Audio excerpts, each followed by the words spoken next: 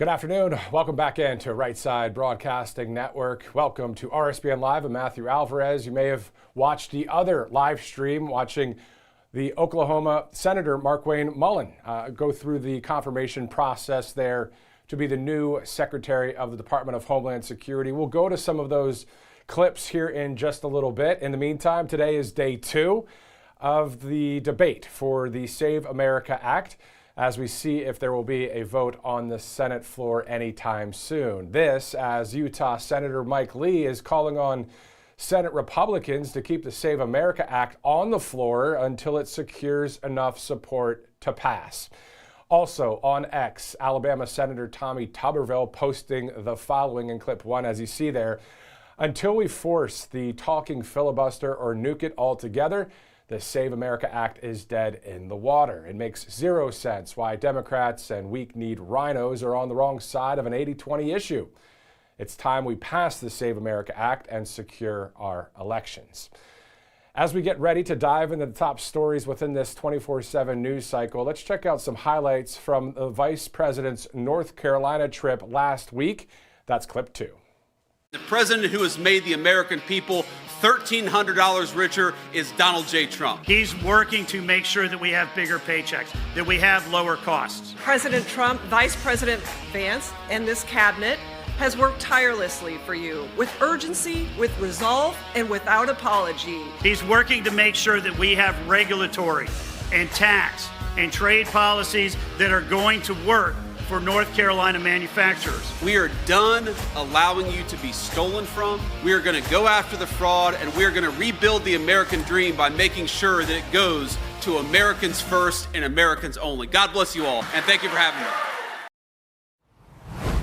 All right, so we'll be going to a few clips from the Vice President as he was speaking in North Carolina recently. Now he's in Michigan. That speech wrapping up just a few minutes ago. We'll go to some of that in just a bit. We have a lot of stories, of course, we're following here at the network. In the meantime, Oklahoma Senator Markwayne Mullen gearing up to be the next Secretary of the Department of Homeland Security. Here are a few highlights from his confirmation hearing in front of a Senate committee earlier today.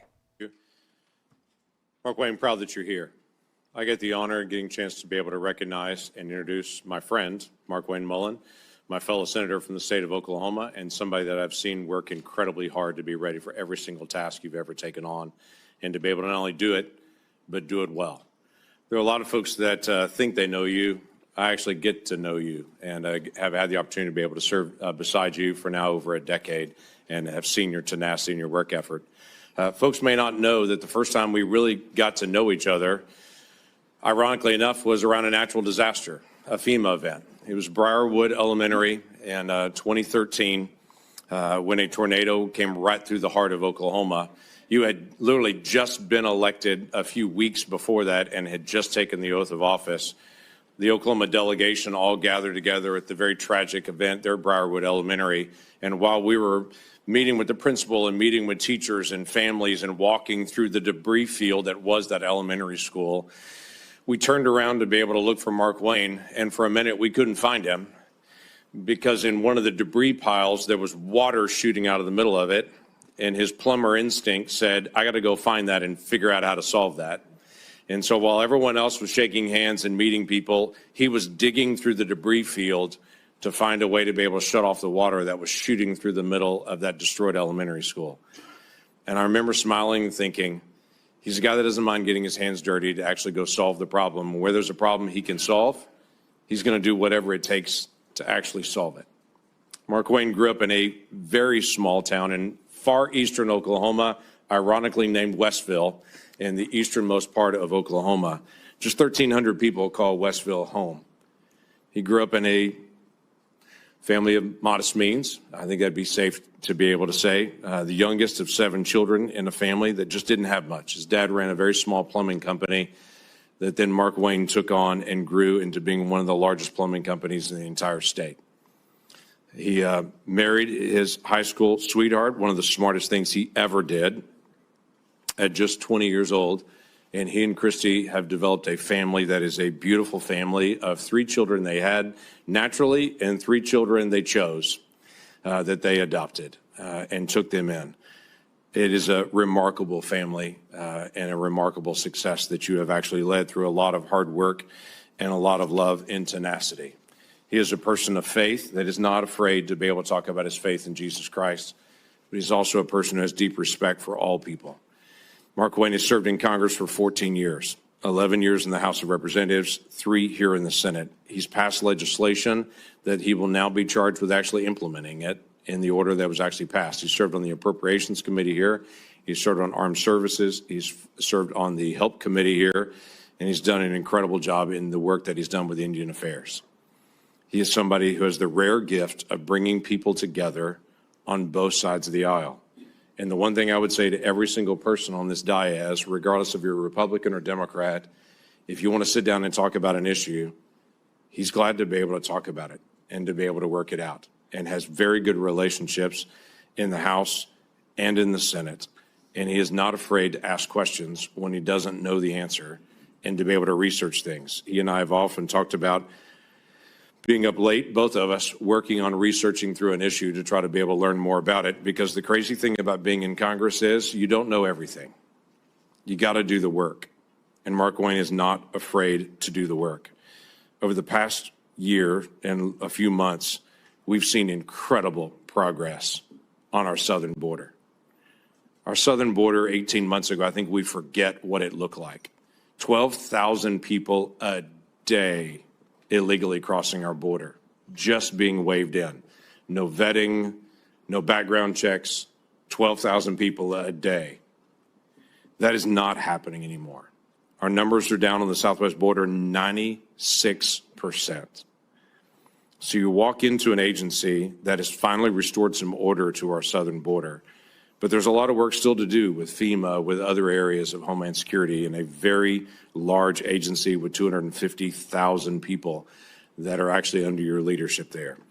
So I am confident that you'll be able to take those things on. Not only am I confident, the National Border Patrol Council has already sent a letter in strong support here. And Mr. Chairman, I'd like to ask unanimous consent to insert to the record the National Border Patrol Council, their letter of support, leadership of the Cherokee Nation, their strong support, and then my fellow Senator Katie Britt has an opening statement who I'd like to also submit for the record with unanimous consent. Without objection. Thank you. This is a person that actually lives what we affectionately call in Oklahoma the Oklahoma Standard. That when hard things actually occur, you step up and you serve your neighbor, and you find ways to be able to help people to do the hard things that have to be done. So Mark Wayne, I appreciate your leadership. I appreciate your willingness to be able to step up in a season where DHS needs a leader to be able to step into that role and to be able to help our nation in so many different complicated areas, especially at a time when right now we can't even get funding to DHS. We've got to be able to have good, solid leadership there. Thank you, Mr. Chairman. Ranking Member Peters, Chairman Paul, I do thank you for this opportunity. It is a humbling experience. A kid from Westville, Oklahoma, that grew up with a dad that worked hard. He set the work example for all of us. And all my families, and my siblings, we all work hard. And I'm proud of the family we have. But to say that a kid with a bad speech impediment would one day sit up here in front of you and be nominated to be the Secretary of Homeland, it was humbling enough to be selected by Oklahoma to be their U.S. representative when I didn't even know how to tie a tie. And 10 years later, to be able to be called a United States Senator and serve with all you guys. And I respect every one of you guys. I do. Regardless if I have an opinion about you or not, you were elected by your state, and I respect that. I may disagree with you, but I respect it because we all make decisions based on two things: the way we're raised, which never changes, and our life experiences, which constantly change. For me, to be able to have the love of my life behind me, somebody I literally fell in love with in third grade,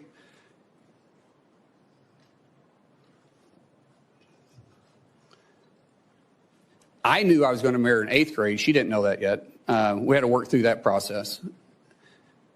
But at 18 years old, and I was 19, she agreed to marry me. I didn't have anything. I was on a wrestling scholarship, living in a dorm. She was cheering at Northeastern State University. I think she fell in love with my truck, because my truck was pretty cool. But the truth is, we didn't know what we didn't know, but we did know we loved each other. And I haven't been perfect. I apologize to her quite often and send her flowers all the time. But I still am humbled by the fact that we've got to enjoy this walk together. We've had God on our side and her right beside me. And to our 6 children who's been on this adventure with me, what an adventure it's been. We have a saying in our family, you're never going to change anything you're willing to tolerate. That's how we live our life, and that's how we move forward. And regardless of what's in front of us, we always take it on as a family. And I'm not scared of a challenge. I am scared of failure. And so I will work hard each day. I'll work hard to make the 280,000 employees at DHS with the 22 agencies that's underneath me proud. I'll show them somebody that no one will outwork. I'll work beside them every single day to not just secure a homeland, to bring peace of mind and confidence to the agency. My goal in 6 months is that we're not in the lead story every single day. My goal is for people to understand we're out there, we're protecting them, and we're working with them. My goal is to make every one of you guys proud. My goal for those that don't support me, regret not supporting me. But we have to get DHS funded. We have to. My friends, we have to set the partisan side down. And we have to realize that we're putting our homeland and the peace of mind at risk for the American people. Sometimes it's political theater, sometimes it's true differences. But what we do know is that we're playing with fire. We have 280,000 DHS employees right now that are on day 30 without pay, and they're still showing up every single day to do their job. That is a dedicated group of people. And we should all be proud of them. We should all be working together, and we should all be trying to fund them. So I pray, seriously, I pray that we can get past this. That once this hearing is over and once we go through this process, I get it. I get some of it's got to be political theater. I understand it. I've had to really pray about my attitude. But I will say,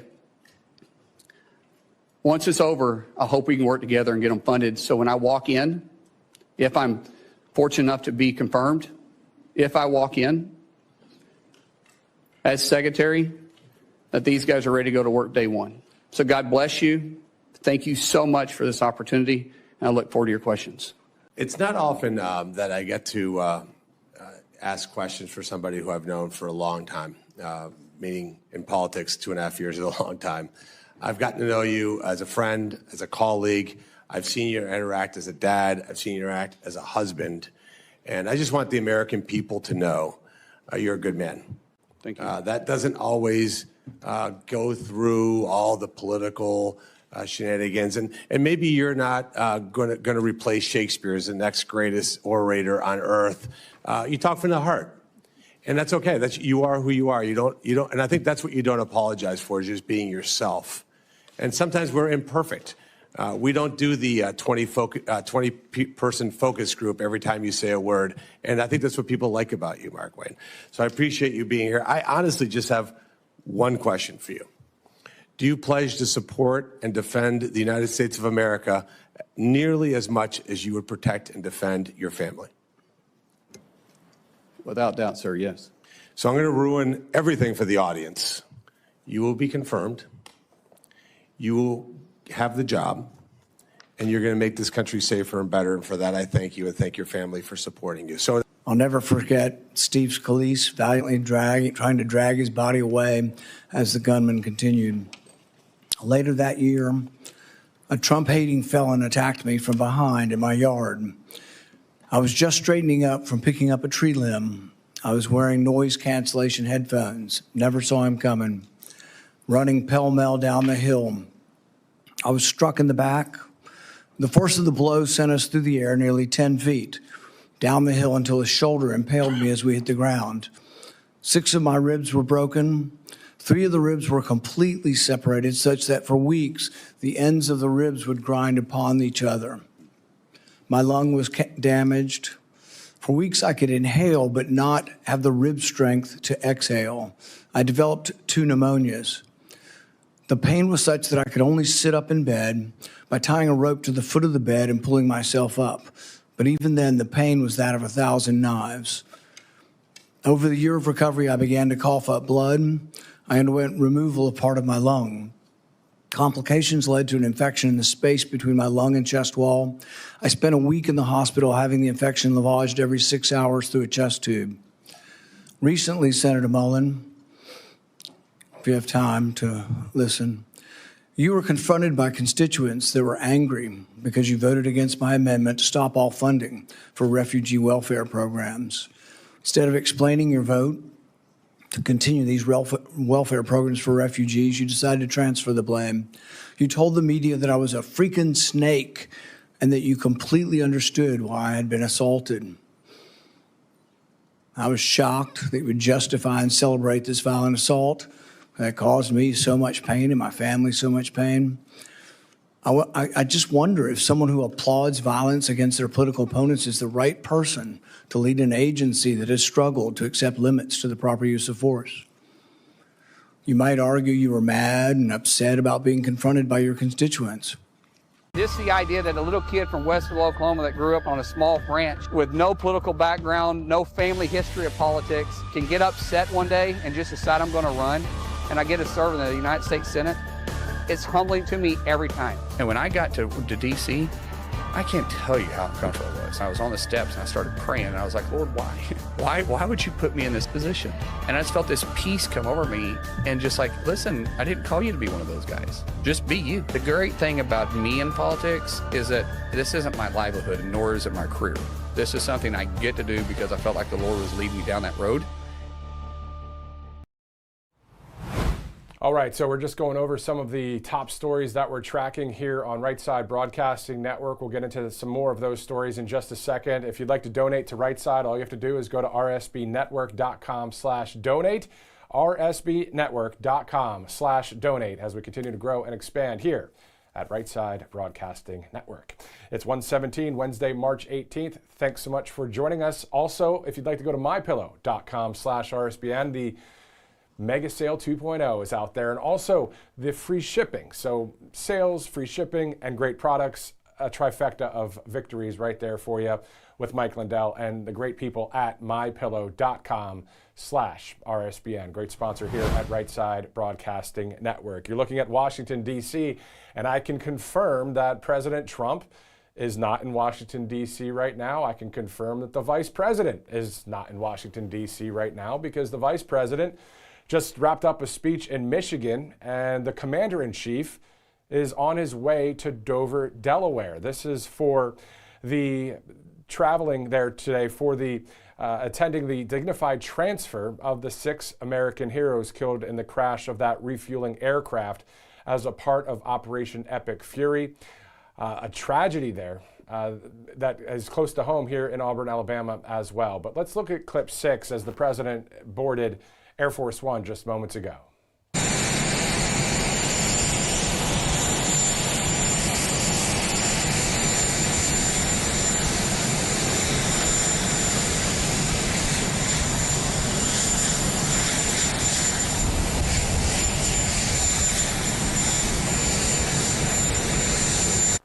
Okay, so that dignified transfer will not be open press. That's not something that is live. It's usually recorded, and then if we get a feed of that as well, we'll upload that, honoring our 6 servicemen who lost their lives during Operation Epic Freedom. Let's shift gears now. Let's go over some of the stories we're tracking, and then we'll go to the highlights from yesterday's event at the White House, all about St. Patrick's Day, of course, the leader of Ireland there as well. And we'll also travel to Michigan to hear a bit from the Vice President as well. So here are some of the other stories we're tracking within the 24/7 news cycle. The Democrat partial government shutdown affecting DHS and the TSA and thousands upon thousands of airline travelers has entered day 33. So we'll see how that pans out. Plus, as you know, Joe Kent has stepped down from his position as a director of the U.S. National Counterterrorism Center after opposing the ongoing conflict in Iran. White House Press Secretary Carolyn Leavitt speaking about that as well. We'll get to some more of those details in just a minute. Also, U.S. Attorney General Pam Bondi was formally subpoenaed yesterday by the Republican-led House Oversight and Government Reform Committee. We're told that she must appear for a closed-door deposition on April 14th of this year to answer questions about the Department of Justice's handling of the Jeffrey Epstein investigation and its compliance with the Epstein Files Transparency Act. Meantime, Vice President J.D. Vance just wrapped up that speech in Michigan today. Let's listen to one of the longer clips from the Vice President, J.D. Vance, and then we'll get the reaction from White House Press Secretary Carolyn Leavitt on a number of stories that are happening out there. But let's go to Michigan for now. So we get on the plane, and I look at my staff and I say, it is cold in Washington. I hope that we're going someplace warm. And they said, well, we're going to Auburn Hills, Michigan. And I said, oh. I bet it's not warmer in Auburn Hills, Michigan, but you know what? Cold weather makes hardy people. It makes great American workers, and this is the hardest working state anywhere in the union with the best workers.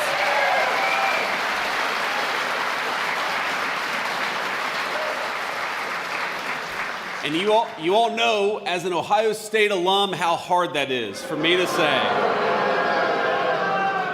But I'm gonna give you just a little bit of grief here because, of course, this incredible business that we're in with 100 high-quality American manufacturers doing great things is called Engineering Design Services Incorporated. And I met some of the leadership just backstage.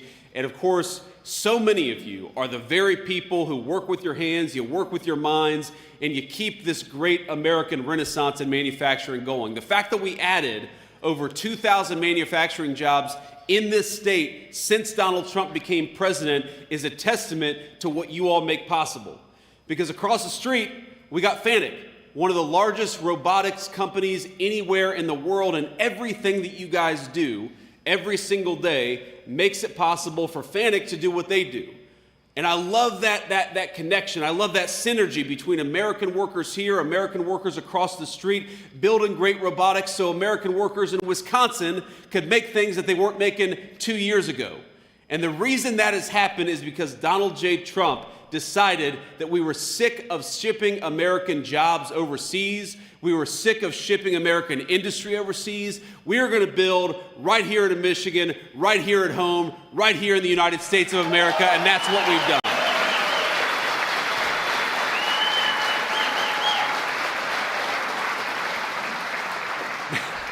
Now that said, as proud as we are of the great robotics that are happening right here and across the street, do you know that, and you all should be very proud of this, Michigan is the #2 state in educational robotics adoption. I didn't know that until I was talking with somebody backstage. The #2 state out of 50. And this is where the grief comes in. Guess what's #1?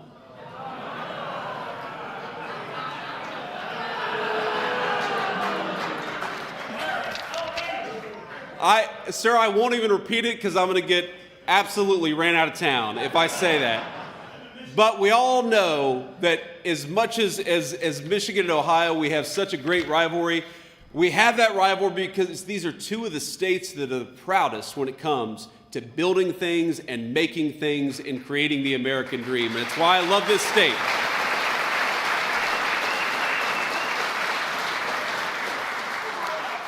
But I want to talk a little bit just about what the President of the United States and the entire team has done with the auto industry in the great state of Michigan. I know we're not in an auto plant, but this is an economy that depends on American automobile manufacturers, and it's one of the things that I'm proudest of that we did.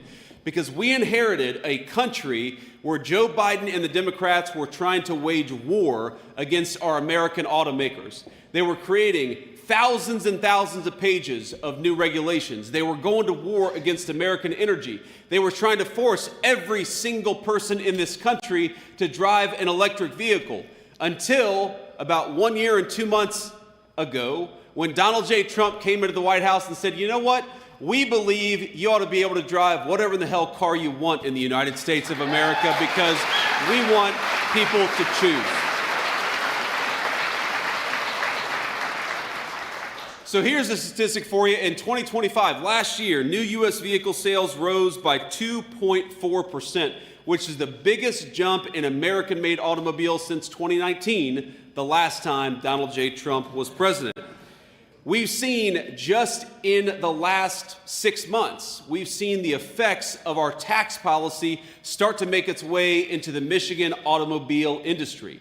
You know, those working families tax cuts that Lee helped get passed and John James and so many of our great Michiganders helped make happen, that is real money in your pocket.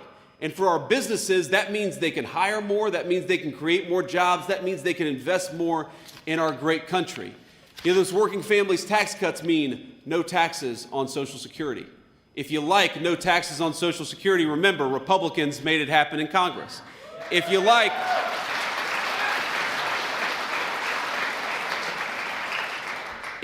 no taxes on overtime, because we've got a lot of great overtime workers just here in this place, you ought to thank a Republican in Congress because congressional Republicans made no taxes on overtime happen, and Democrats fought us every single step of the way.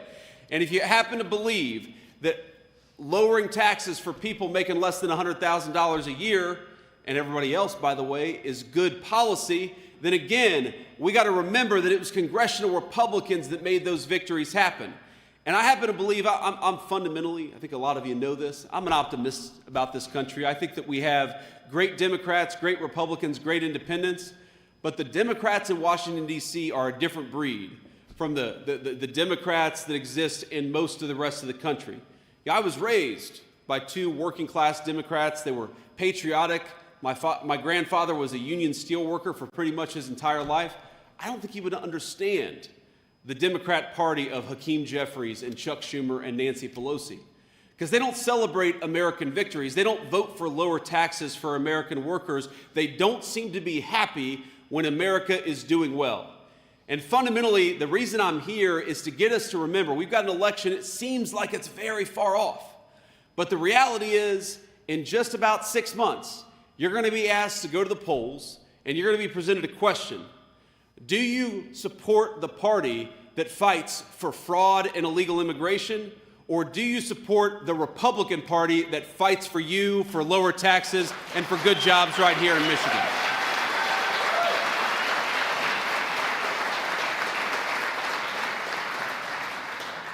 And I want to make sure I read off, things that I learned about just on the airplane that are happening to this incredible state. You know that Detroit Diesel, one of the biggest engine manufacturers, announced it was adding a third shift and recalling laid-off workers that had been laid off last year. Why do you think that happened? That happens for two reasons. Because we've got tax policies that promote the investment in the American worker, and because the President of the United States, for the first time in my entire lifetime, was willing to say to the rest of the world, you're done poaching our industry, you're done poaching our jobs. If you want to build right here in the United States of America, you get a big fat tax cut. But if you're trying to undercut the wages of American workers and bring in cheap garbage from overseas, you're going to get a big fat tax increase because we're protecting our workers and we're protecting the jobs that support them.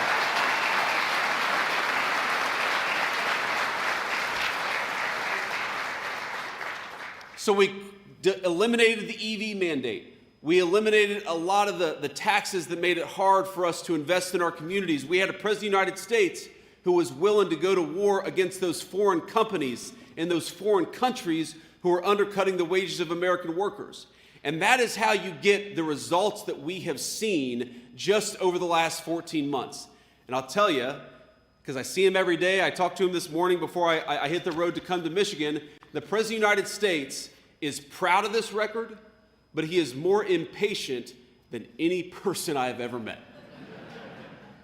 One of the things I love about him is he will constantly tell Lee, me, the entire economic team, will say, let's celebrate our achievements, of course, but what have we done today? What have we done in the last week? What have we done in the last month to keep this progress going? All right, so the vice president speaking in Michigan, that happened just about an hour and a half ago. He wrapped up that speech there. This as the president is in Dover, Delaware for that dignified transfer service there at the Air Force Base. In the meantime, let's go to some of our sponsors before we dive into some more details that we're covering. Kalshi, of course, .com/RSBN. If you look on Kalshi right now, as I'm doing, you can see that there's a number of topics that people are betting, trading, and checking out various polls on, right? One of them is, how long will the government shutdown last? Of course, that government shutdown, that partial government shutdown, specifically affecting the Department of Homeland Security, the Transportation Security Administration, and others, as you guys have seen out there with all those long lines at the airports and many other things that DHS is trying to take care of. Well, the people are saying at least 60 days, 52% are saying it's going to last at least 60 days. Right now we're on day 32/33, around that time frame. At least 70 days, 42% are saying that. Will members of Congress be banned from trading stocks? There's another one right there. So this is all on Kalshi.com, just tracking some of the trends right now that people are talking about, betting, trading, and checking the polls out. You can do the same if you'd like. Just go to the QR code you see at the bottom of your screen, or just go to Kalshi.com/RSBN. There's a third way you can check it all out. Just download the Kalshi app. Great sponsor here at Right Side Broadcasting Network. Same thing with Rumble Wallet.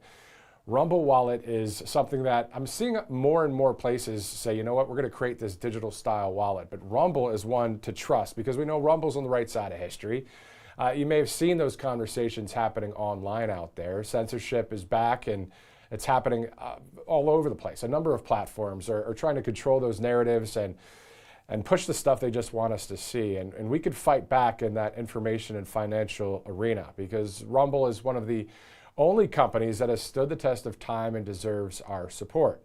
Now, on one side, Rumble is challenging big tech censorship, but on the other side, they have introduced something that will give us protection from the big banks shutting us off.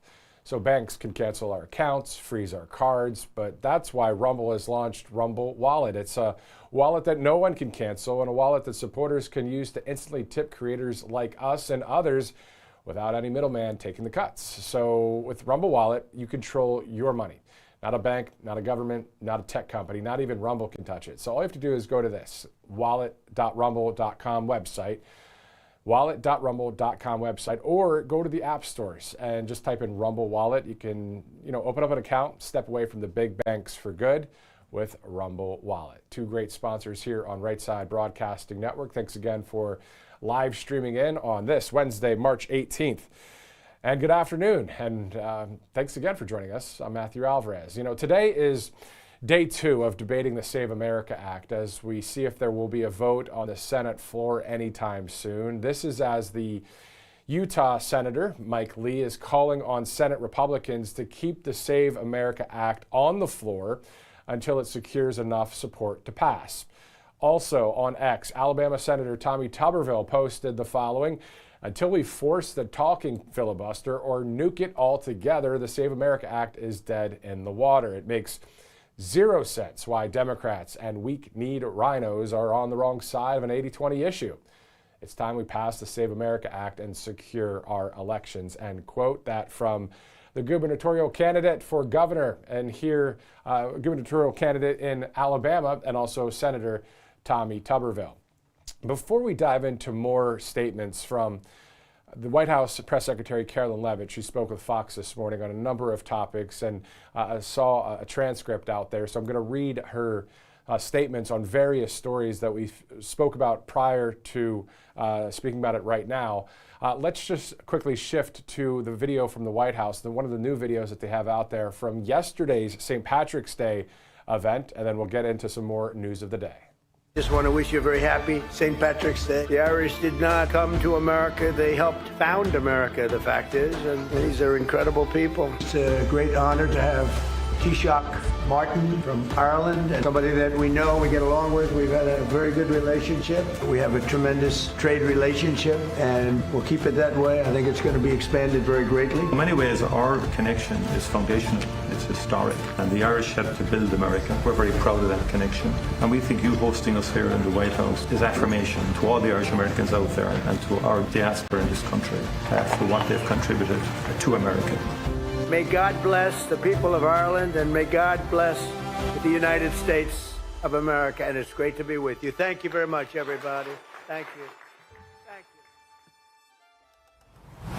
All right, so that from yesterday, you may have seen that right here on Right Side. Also, we're following and monitoring the U.S. Senate floor as they, again, enter day 2 of the debate for the Save America Act. Unfortunately, we're debating Saving America, which makes no sense to me, and it makes no sense to a lot of people out there, including Senator Tommy Tuberville and others who are saying, let's just nuke the filibuster on this. This is a big enough situation that we have to clean up our voting here in this country. We can't have illegal immigrants, illegal aliens. We can have people that are just not part of our country voting in our elections. That makes no sense at all.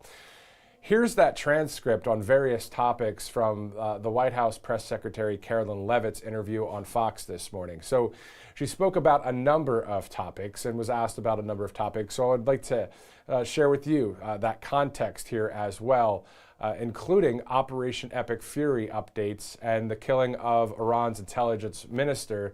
The press secretary said, quote, certainly this was a known terrorist and U.S. intelligence was combined with Israeli intelligence. Before we continue on, I don't know if we have a live picture of the White House. This is where she was speaking with Fox earlier this morning, as well as we're looking live there in Washington, D.C. She was saying, quote, our great partners in this effort are the best in the world. And of course, this man is no longer with us here on earth, and that's a good thing, speaking about the Iran's intelligence minister.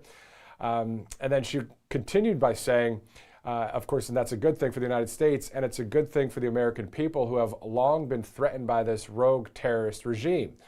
The White House press secretary saying, we're now on day 18 of this operation, and some updated numbers for you from CENTCOM this morning. Now it's this afternoon, of course. We've now actually struck more than 7,800 targets, reading verbatim from Karoline Leavitt's statements this morning. More than 120 Iranian naval ships are at the bottom of the ocean and have been sunk by our great military. So the objectives of Operation Epic Fury have been clear from day one, and the sheer lethality and power of the U.S. Armed Forces is on display every single day as they continue to meet these objectives and obliterate the rogue Iranian regime and their ability to threaten the United States of America, our allies, and the Middle East. Also, Karoline Leavitt, again, this is from her interview this morning with Fox, speaking about a number of topics, just for context for you here. She also was asked about the National Counterterrorism Center Director Joe Kent's resignation. The press secretary said it's been a while since the president has seen him here at the White House. It's been a while since he's been involved in the process of the presidential daily briefs, and he's been actually present for the president's intelligence briefings. Karoline saying this was an individual who is not involved in any of the discussions pre-operation and throughout this operation. Karoline Leavitt telling Fox, I think the president views it as deeply unfortunate that this individual, who the president gave the privilege of working for the administration, put out this resignation on government letterhead with many falsehoods throughout, essentially accusing the president of being manipulated by foreign governments. That's laughable and it's insulting, Karoline Leavitt says from this morning. President Trump has been remarkably consistent on this issue of Iran for many, many years, long before he ever entered politics. He has always said Iran can never possess a nuclear weapon, so anyone who works here should be well aware of the president's intentions and his peace through strength agenda and his willingness to use the United States military to achieve peace and when necessary, as we have seen throughout Operation Epic Fury, end quote. So I'm reading these quotes directly from Karoline Leavitt from her interview this morning on Fox, all about a number of topics and number of stories that we're covering here at Right Side. She also said, quote, I think that anyone who has been as suspected of leaking or is proven to be a leaker will not be welcome in this administration. I know that for a fact because I've heard the president say it myself. There are investigations underway into leakers in this administration, and people will be held accountable for that. It's unacceptable, and it cannot be tolerated. Also, the White House press secretary was asked about the Strait of Hormuz out there in the Middle East. She was also asked about the NATO cooperation with Operation Epic Fury, the DHS shutdown. We'll get into some of those details when we return right here on Right Side Broadcasting Network. Welcome to Right Side Broadcasting Network, your trusted conservative news outlet. At RSBN, we deliver the truth when the mainstream media falls short. Since 2015, we've proudly broadcasted every single one of President Trump's iconic MAGA rallies, bringing you the excitement and energy live before anyone else. By watching RSBN, you get an unfiltered front row view of the action on the ground. We interview the crowds to give a voice to millions of Americans just like you. We show you President Trump's speeches in their entirety, free from interruptions and censorship. We cover the stories that matter to you with the integrity and passion you deserve. Thank you for choosing RSBN as your home for America First News. Together, we stand strong, united, and informed. So join us and be part of the right side of history. Hey y'all, it's Silk from Diamond and Silk Chit Chat Live. Look, don't forget to watch my show right here at Right Side Broadcasting Network, and I want you to support Right Side Broadcasting Network. It's imperative that you do so, okay? Bye-bye.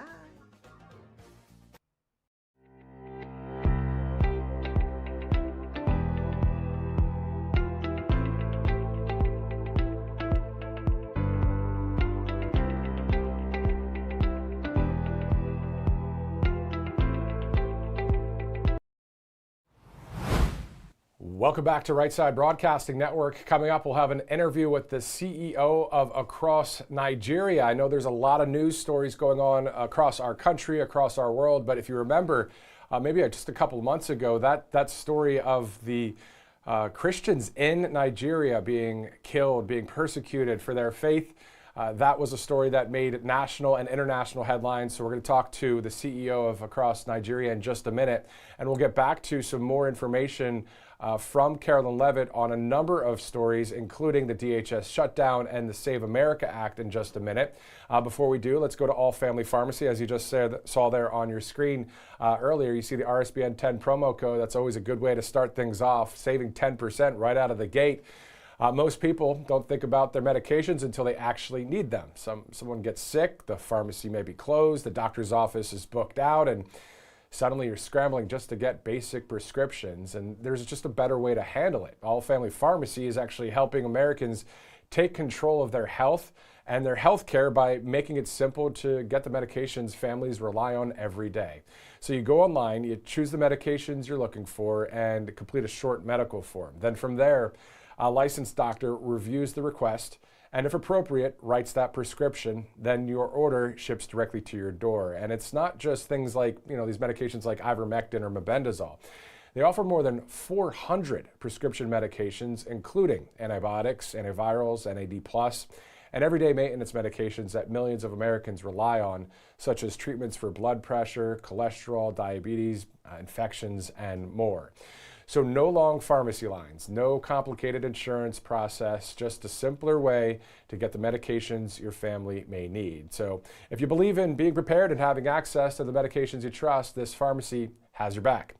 allfamilypharmacy.com/RSBN to get 10% off your order today. Let's also go to Spring, Texas for angelpaste.com. You see the 10% off there as well. Use the RSBN promo code at checkout. A number of products there at angelpaste.com. You have the flagship product that you see right there on the right side of your screen, the Angel Paste Miracle Cream. There's some mists as well, and various, scents of the Miracle Cream there as well. So just check it out if you'd like. Skincare products, good products right there. Great patriots as well at Angel Paste, hiring veterans, and also, of course, based in Spring, Texas, and a longtime sponsor here at Right Side, angelpaste.com. Use the RSBN 10 promo code for 10% off. Let's shift gears quickly. Let's go to some comments from Carolyn Levitt just to wrap that segment up. Some of the information that she's sharing about, let's go specifically with the Save America Act, and then we'll bring on our next guest. The press secretary said to Fox this morning, quote, "I do think President Trump would reject the premise of your question that this bill is doomed to fail. He's fighting every day to get the votes needed to pass this country-saving legislation, this Save America Act, which is some of the most common-sense proposals ever proposed by either party on Capitol Hill. Voter ID, basically she was saying, who could be against it? 90% of Americans supported no mail-in ballots, which we know create a tremendous amount of fraud in our electoral system, with common sense exceptions, of course, for those in our military, and medical and others. So that was just some of the excerpts from her interview this morning. And of course, we know it's all about photo ID for federal elections, also the proof of citizenship, the mail-in ballots, as she mentioned earlier today, for medical and military. It's just something to really clean up our elections. And it's not just an election. It's the direction of our country goes by who wins these elections, right? And it's kind of common sense. And we just hope for the best for the Save America Act, as we know that a number of senators, a number of congressmen and women are just out there saying we have to pass this thing. If we have to nuke the filibuster and get that simple majority, which we already have. We have the House, we have the Senate, we have the executive branch, right? We have all these things. It reminds me of a quote from second President John Adams, basically saying, you'll never know what our generation had to go through to preserve this freedom and to really use the freedom wisely these days, paraphrasing. But it's really right now is crunch time. It's not just, hey, it's springtime, it's going to be summer, we're going to have a nice time, whatever, cool. But let's get the job done for our country to keep the freedoms going too, right? Save America. That's why it's called the Save America Act. Anyway, joining us now is Brad Brandon. He's the CEO of Across Nigeria. Thank you so much for joining us, sir. Hey, it's good to be on with you. Thanks for having me. Definitely. Let's shift gears and talk about Africa, specifically Nigeria, when it comes to the persecution of Christians there. Can you talk to us about that and also how your organization is helping along? Yeah, so the persecution of Christians happening right now is really staggering, and it's growing every single year. Since 2009, there have been over 60,000 Christians that have been killed. Last year, there were 8,000 Christians that were killed in northern Nigeria. If you took all the Christians in the whole world that were killed for their faith last year, 72% of them were killed in northern Nigeria. So not by small numbers. It's the most dangerous place in the world to be a Christian. We operate in areas that are controlled by groups like Boko Haram and ISWA, which is the Islamic State of West Africa.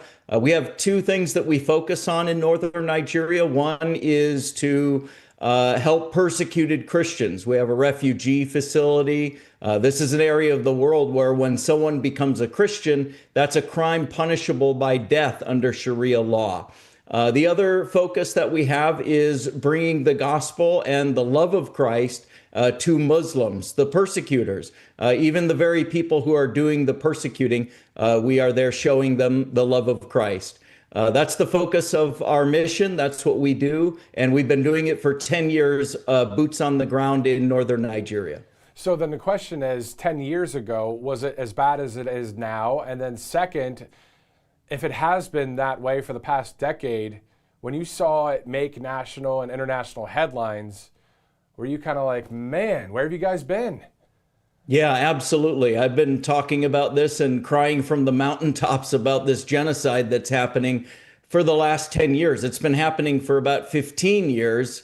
And it's only been within the last year or so that really anybody's started to pay attention. I'm grateful that people are paying attention, but it's been going on a long time and it's been ignored for a long time. So then let's talk about this specifically within the government of Nigeria, the government of the United States. We know that Representative Riley Moore out of West Virginia and others are talking about this issue a lot and working, I think, with the government there. Do you have any information on it from that standpoint? Yeah, so there's a coalition of members of Congress that are supporting what we're doing and helping and have a heart to help the persecuted Christians there. We're working with that coalition to come up with a strategy to stabilize the region, bring stabilization to northern Nigeria. You've seen some of that play out in the media recently. The airstrikes on Christmas Day, the troops that have gone there to train Nigerian troops in counterterrorism. The only hitch to all of this is the Nigerian government seems to continue to deny that there is a genocide and a targeting of Christians in the region. Basically, their claim is that the violence in northern Nigeria is equal opportunity violence meaning that Muslims are getting killed and Christians are getting killed. There is some truth to that, but the issue is that the radicalized Muslims are targeting Muslims that don't hold their radical beliefs. But inordinately, Christians are being targeted. In fact, if you're a Christian in northern Nigeria, you're 5 times more likely to be killed than any other group of people there.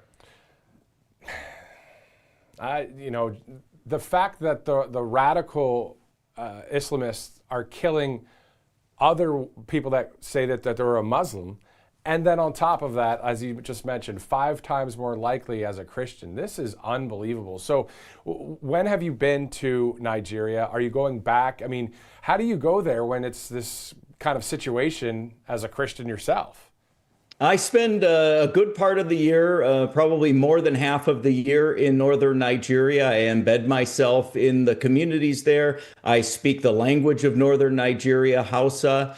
And we were just in Maiduguri not too long ago. And on Monday night, this past Monday night, suicide bombers bombed 4 locations in Maiduguri. Maiduguri is where Boko Haram started back in 2002. They killed 23 people and injured 108 more. 4 of our operatives were killed in those bombings just on Monday night. So I travel back and forth. When I come back here to the States, my job is to raise awareness and do interviews like this, speak at churches and events, just continuing to raise awareness of what's happening there. 10 years ago, prior to when you started this with Across Nigeria, what was your walk? What was your kind of like epiphany or your time of faith in Jesus? What was that like? Were you just brought up in the church? I mean, what compelled you to do kind of a mission work like this? Now, I was a pastor of a fairly big church in the Northeast, and I had gotten too comfortable. So I started calling out to the Lord and just asking for a revival of my relationship with him to get that closeness back that I once had. And the Lord did that, and he often, as he does with all of us, used discomfort to do that, and ended up in the hospital, the ICU, for over a month. And it was through that experience that I stepped away from my pastoral role here in the Northeast and headed to northern Nigeria, and been doing it ever since. And what was it, though, picking the country of Nigeria? Back in the day in college, buddies of mine, various Christian ministries, we would go on mission trips throughout the world. And one of the countries we picked, literally just picked on a map, Chad, Africa. And we worked with Youth with a Mission, YWAM. That's great. Yeah, and so we went there for 2 weeks. I mean, what an experience. We could talk about that for a while. But what was it for you to pick Nigeria out of China or another country? It sounds strange, but I think it's less of me picking Nigeria and more of Nigeria picked me. There were some friends that I had in southern Nigeria. I was supposed to go dedicate a church there, and I had a moment where God spoke to me. I know that may sound strange to some of your listeners. And God told me to go to northern Nigeria. I didn't know anybody. I had no familiarity with anything. And I bought a one-way ticket to Abuja, Nigeria. And from there, I got connected with a Fulani Muslim community, and that was the start of Across Nigeria 10 years ago. I really didn't have a clue of the violence that was happening. I didn't know about groups like Boko Haram and the Fulani Muslims and the problems they were having. I learned all of that as I went. That's awesome. So my question to you is, what's the website? How can people kind of learn more about your ministry, and also if they would like to donate? Yeah, acrossnigeria.org is the website. And I always tell people the most important support that we need is prayer support. We need the prayers of the American church right now, not only for those who are being persecuted. They need prayer, obviously, but also for the persecutors. We've seen over 7,000 Muslims put their faith in Christ to their own detriment. Their lives are at risk for doing so. We've started a Bible Institute that's focused on training former Muslims to become pastors and evangelists.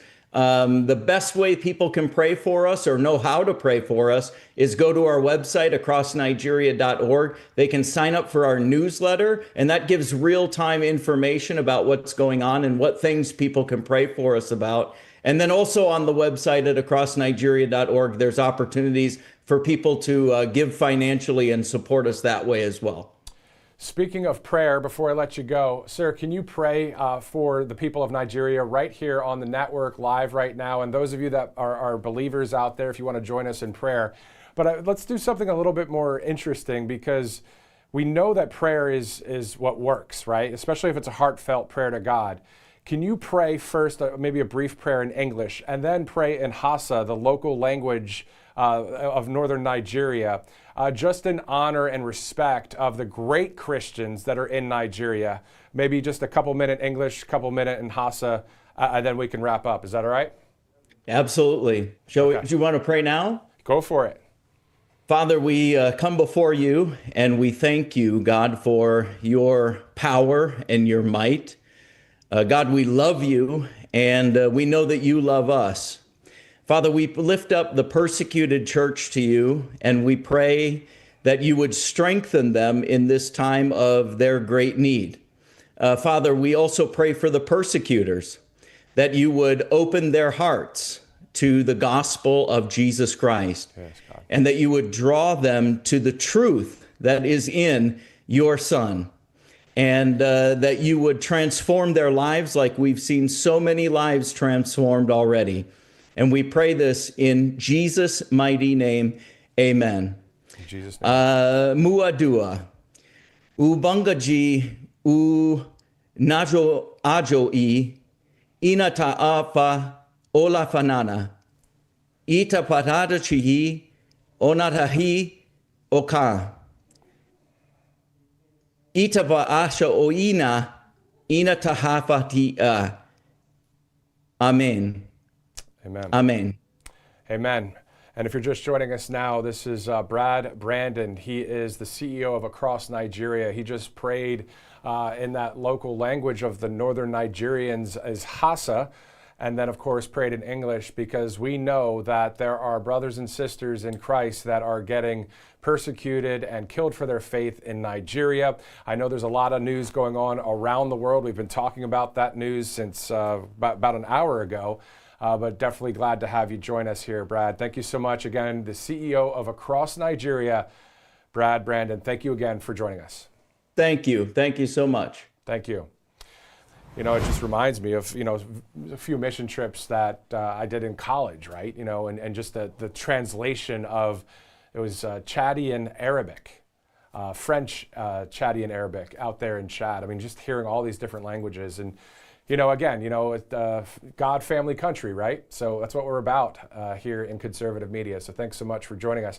Also, for the 2 o'clock hour, we'll have a live interview coming up next. Also, RSBN host Robert McNeely will be in the chair as well, carrying the back half of the broadcast. In the meantime, this all brought to you by some great sponsors, including Birch Gold Group, as you see there on your screen. And you can think about this, in 2006, $20,000 equaled roughly 33 ounces of gold at spot price. At today's prices, those 33 ounces would be worth about $165,000.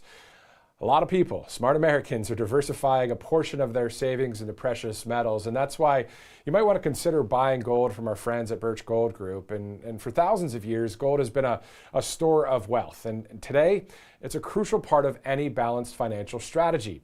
Even better, Birch Gold can help you convert an existing IRA or 401k into a tax-sheltered retirement account in gold.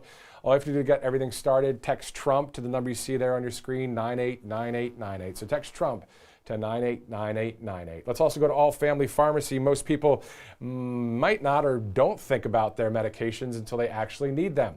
Someone gets sick, the pharmacy is closed, the doctor's office is booked out, and suddenly you're scrambling just to get basic prescriptions.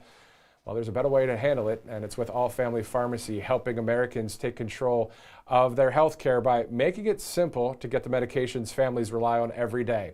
So you go online, you choose the medications you're looking for, and complete a short medical form. A licensed doctor reviews your request and, if appropriate, writes the prescription. Then your order ships directly to your door. And it's not just ivermectin or mebendazole. They have more than 400 prescription medications, including antibiotics, antivirals, NAD+, and everyday maintenance medications that millions of Americans rely on, such as treatments for blood pressure, cholesterol, diabetes, infections, and more. No long pharmacy lines, no complicated insurance process, just a simpler way to get the medications your family may need. So if you believe in being prepared and having access to medications you trust, this pharmacy is for you. Check it out, allfamilypharmacy.com/RSBN. All right, it is Wednesday, March 18th. It is 2 o'clock. I'm Matthew Alvarez. After the break, Robert McNeely in the chair for the next hour as we track, monitor, and report the news of the day and beyond. Welcome to Right Side Broadcasting Network, your trusted conservative news outlet. At RSBN, we deliver the truth when the mainstream media falls short. Since 2015, we've proudly broadcasted every single one of President Trump's iconic MAGA rallies, bringing you the excitement and energy live before anyone else. By watching RSBN, you get an unfiltered front row view of the action on the ground. We interview the crowds to give a voice to millions of Americans just like you. We show you President Trump's speeches in their entirety, free from interruptions and censorship. We cover the stories that matter to you with the integrity and passion you deserve. Thank you for choosing RSBN as your home for America First News. Together, we stand strong, united, and informed. So join us and be part of the right side of history. Hey y'all, it's Silk from Diamond and Silk Chit Chat Live. Look, don't forget to watch my show right here at Right Side Broadcasting Network, and I want you to support Right Side Broadcasting Network. It's imperative that you do so, okay? Bye-bye.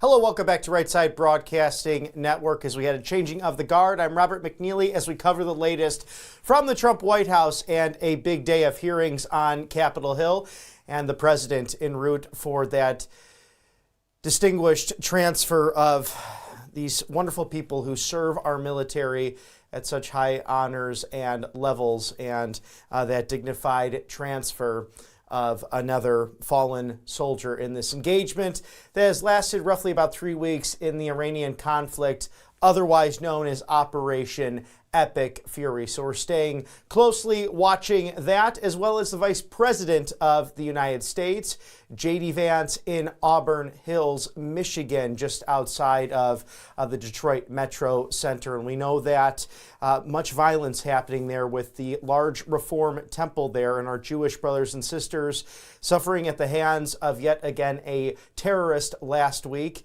Everyone should be free and safe to worship here in America. It is our First Amendment. It is very much the foundation of this constitutional republic of life, liberty, and the pursuit of happiness. So as we watch all of that here in the homeland and look abroad, we do cover the latest from the Trump White House and the celebrations that took place just yesterday with St. Patrick's Day and the fun that was had by President Trump and the Taysha, Mr. Michael Martin, talking on trade agreements. And right now the U.S. having a $40 billion deficit. During the Shamrock Bowl coverage, President Trump mentioning to the Taysha, maybe we should look into that and make sure that all changes. So we'll highlight some of what happened yesterday at the White House. In the meantime, we are joined by Congressman Randy Fine of the great free sunshine state of Florida, the 6th District. Welcome, Congressman. Are you concerned at all that Joe Kent mentioned what he mentioned, saying that Iran wasn't a threat to the homeland, but clearly CIA Director John Ratcliffe and DNI Director Tulsi Gabbard amongst the intelligence agency, including the President of the United States, saying otherwise today in hearings and yesterday at the White House. No, I mean, look, I think it's clear he's decided to become part of the Tucker Carlson Groyper right, a movement that's obsessed with Israel and anti-Semitism. And I'm always glad when idiots expose themselves as idiots. So, no, it doesn't concern me what he had to say. I'm glad another idiot has been exposed as the idiot that they are. And I want to dive deep into this, Congressman, because I feel like the 11th commandment of President Ronald Reagan, us Republicans needing to stick together in the midterms, Vice President Vance really going on the trail about this to remain united in all of the success of the MAGA movement, that it is a big tent, it is for everyone. Is there really room to, in a sense, reconcile right now, yes, the Tucker Carlson, Megyn Kelly wing, and say Ben Shapiro and Mark Levin and everyone in between? No, there isn't. And so here's what I'll tell you. 20 or 30 years ago, the Democratic Party was stupid, but they weren't anti-Semitic. And then they had one or two rogue voices show up and start to spout crazy nonsense about Jews and Israel and anti-Semitism. And they didn't take it seriously. They said, oh, let's just all get along. Let's work together. It'll be fine. This is just the fringe. And look at where the Democratic Party is today, a mainstream anti-Semitic party. We are not going to allow that to happen in our party. And so if you want to engage in hatred of Jews and hatred of Israel and all this other nonsense, I say, get out. I'm not interested in unifying with you. Now, Carrie Prejean was removed on the Religious Liberty Commission. Is there an issue you have with that in regards to what she spoke to Tucker Carlson about recently? I don't watch Tucker Carlson's show. I have better things. I'd rather watch paint dry. So I don't know what she said on Tucker Carlson's show or really what Tucker Carlson says for that matter. So I've got no idea what she said. Well, we have Congress right now, the Save America Act passing in the House recently. That was on February 19th. Looks like the Senate will finally address that today, passing through that first rank of getting to what can be the ultimate vote. Where do you see this all falling into place? And do you think the Senate should just get away with the filibuster? Well, I'm proud to have released a letter signed by 23 of my colleagues and me today telling the Senate that we're not going to vote for any Senate bills until they pass the Save America Act. It seems clear that if they're willing to do a Mr. Smith goes to Washington style talking filibuster, let Democrats stand up for hours and talk about how important it is to them that illegal immigrants be able to vote in our elections, talk about how black people aren't somehow able to go and get a photo ID, make the most ridiculous arguments in the world. Let them stand up and make that argument, and then ultimately let's have a vote, and it'll pass with 51 votes. So what we have said is we're not voting for anything until the Senate passes the Save America Act. I think the base expects it. I think voters expect it. I think it's supported overwhelmingly, and we need to get it done. Is there anything specifically in the 6th District you're hearing from constituents in regards to not only the Save America Act, but any legislation they would like to see on the table? And would they like a more bipartisan approach to things? Well, I represent a pretty red part of the world. The Save America Act is the number one thing that I hear from my constituents. It's enraging to them that we haven't already passed it. Like, this is something that I believe over 70% of Democrats want. And I think many of them find it offensive that Democrats will make these statements that they're not able to get a photo ID. The other thing that I hear about, though, from my constituents is the rising threat of Sharia. As we see people come to this country and demand that we change how we live in order to accommodate them. And I think that is the second thing that I hear from my constituents, real concern with what we're seeing in New York and in other places around the country, and frankly, real concerns about the increase in Muslim terror. I mean, we've had 5 American Muslims engage in 4 terrorist attacks in 4 different states in just the last 2 weeks. My constituents have a lot of concern about that as well. And really the fact that many of these people are living on the dole of the taxpayer, making sure we stop giving these people free money. And we saw that with the Reform Temple all the way up in Detroit, Michigan, with that attack last week. The vice president speaking to that today. Congressman, there's over 200 mosques in Florida, one of the largest states for just having mosques in the country. Of course, we have religious liberty, but there is this issue here of Sharia law truly being the antithesis of constitutional Republican governance because of the adherence to a theocratic state. How can one and two exist together in a pluralistic society, if I can say that correctly, as it stands today? Well, I think what we have to do is we have to differentiate mainstream Islam from radical Islam. Now, by the way, I define it differently than most people. When the three most visible Muslim politicians in the United States, the mayor of New York and two congresswomen, they're the most visible Muslims, are all affiliated and support Muslim terror, you have to say that the mainstream is the problem. The radicals are the ones who don't want to kill us. But not all Muslims are bad. Many are great participating members of society, and they should be welcome and free to practice their religion in private, however they want. The problem comes with the mainstream, which demands that we submit to their religion as part of practicing our religion. I'm Jewish. I don't eat pork, but I don't demand that the supermarket stop selling it. During Passover, I won't eat leavened bread. I'll eat matzah, but I won't expect everybody else to do the same. And we are a Christian nation. That is what we are. And we have to, and people who come here have to respect the country that they have arrived in, not demand that that country change to accommodate them. There are 57 Sharia compliant countries in the world. If that's what you want to live under, get out of mine and move to one of them. It's a simple but profound analogy. Now, Congressman Fine, you, like you said, a very red district in the 6th District, very likely to say you will be reelected. But what's your message to fellow congressmen as you have a 218 through 213 majority right now, very narrow, fine line that leadership has really gone through extraordinarily well, all led by, of course, Speaker Mike Johnson. But what's your recommendation to those less and less, but still seemingly purple districts to get that Republican message out there? Well, I would tell them to lean into the fight. So yes, I'm in a very Republican district now. But when I was in the state legislature, the state house in particular, for 8 years, I was in a swing seat, a seat that had basically as many Republicans as it did Democrats. And I didn't govern by trying to be a Democrat light. I still was one of the most conservative members of the legislature. And I said what I thought, and I fought for what was right. And I won every one of my elections by double digits, including in 2018, when we were worried about a blue wave, the midterm of President Trump's first term. So I would tell people, Americans want to see us fighting for them. And there's a simple message. Democrats seem obsessed with protecting illegal immigrants, Somali pirates, and Muslim terrorists.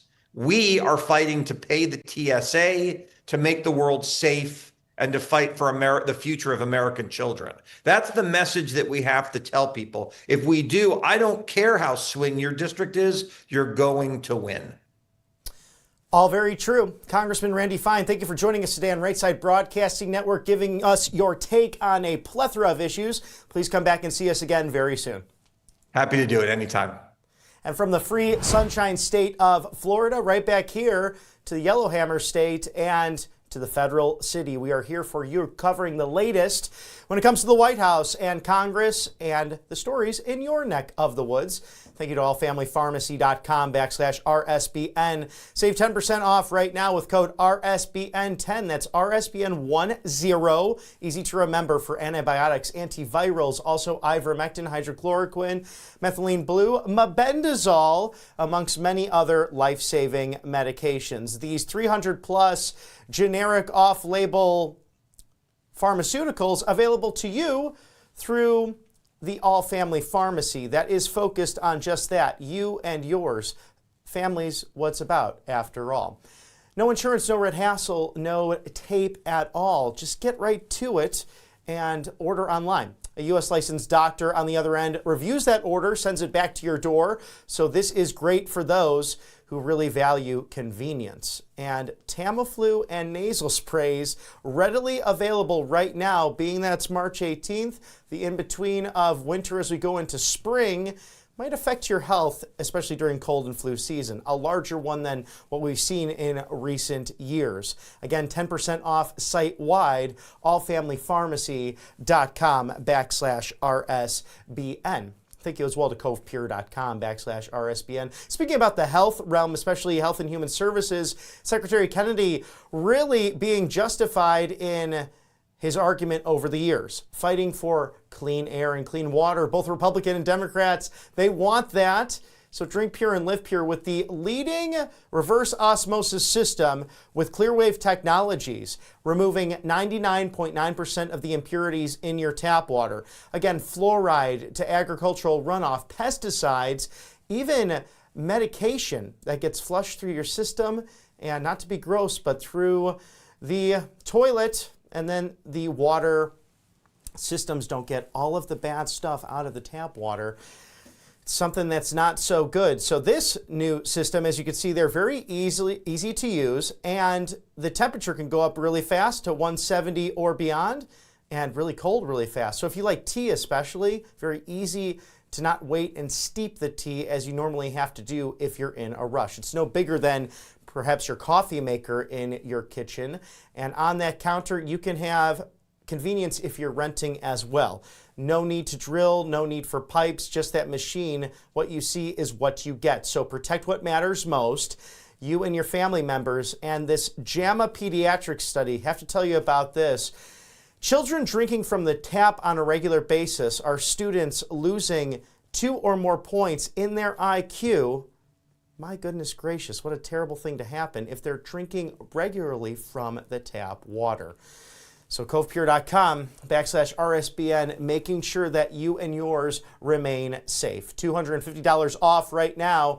Drink pure and live pure. covepure.com/RSBN. Scan that QR code there now and take advantage of those great savings. Again, the best leader in the reverse osmosis game, as we do cover the latest from the Trump White House. And aren't we grateful that it is just that, the Trump White House, with cut number 1, military dominance.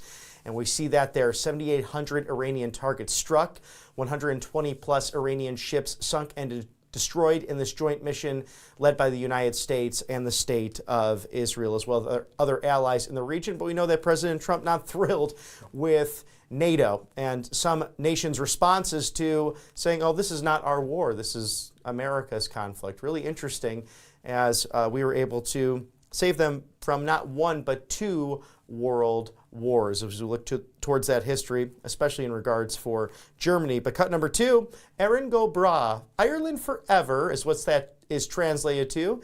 And this White House wishing blessings from God Almighty, not only on the United States, but of the people of Ireland, as the Taoiseach visiting the White House and one naval observatory with the executive branch and Congress just yesterday.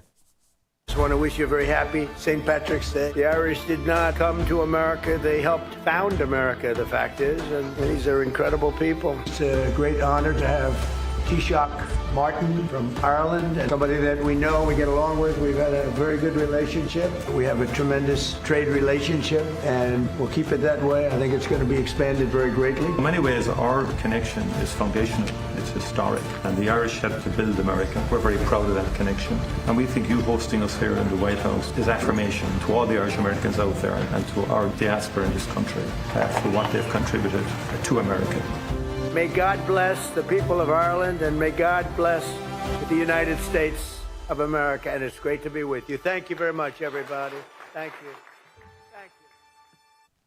The Bowl of Shamrocks, a great blessing from the Republic of Ireland and the Republic right here in the United States of America, celebrating over 250 years of friendship, even before our two countries formed in their current Republican governments. The Irish building up this nation in an extraordinary way, and Mr. Martin really highlighting that yesterday as President Trump covering the words of St. Patrick and cut number 5. The president there at that congressional luncheon with the father of our country in the background, George Washington. Let us remember the beautiful words of St. Patrick himself. May the power of God preserve us. May the wisdom of God instruct us. May the hand of God protect us. And may the way of God direct us. May the shield of God defend us. And may the host of God reward us.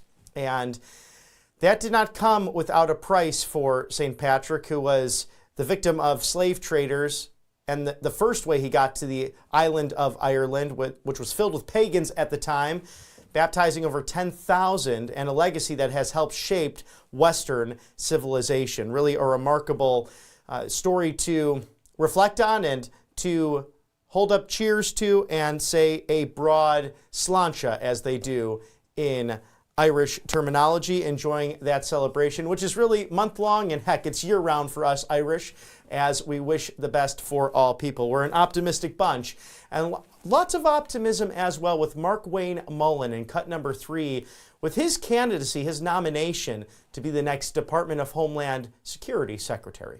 It's the idea that a little kid from Westville, Oklahoma that grew up on a small ranch with no political background, no family history of politics, can get upset one day and just decide I'm going to run, and I get to serve in the United States Senate. It's humbling to me every time. And when I got to D.C., I can't tell you how uncomfortable it was. I was on the steps and I started praying, and I was like, Lord, why? Why would you put me in this position? And I just felt this peace come over me, and just like, listen, I didn't call you to be one of those guys. Just be you. The great thing about me in politics is that this isn't my livelihood, nor is it my career. This is something I get to do because I felt like the Lord was leading me down that road. Thinking of Kalshi.com/RSBN for all of the big questions right here in America, like who will be the 2028 Republican nominee for president? Will it be Vice President J.D. Vance with his sleek fun socks that I like to wear on a regular basis, the Shamrocks showcase yesterday, or will it be the man next to him, Secretary Marco Rubio? They have a close personal friendship, working hard together for this administration.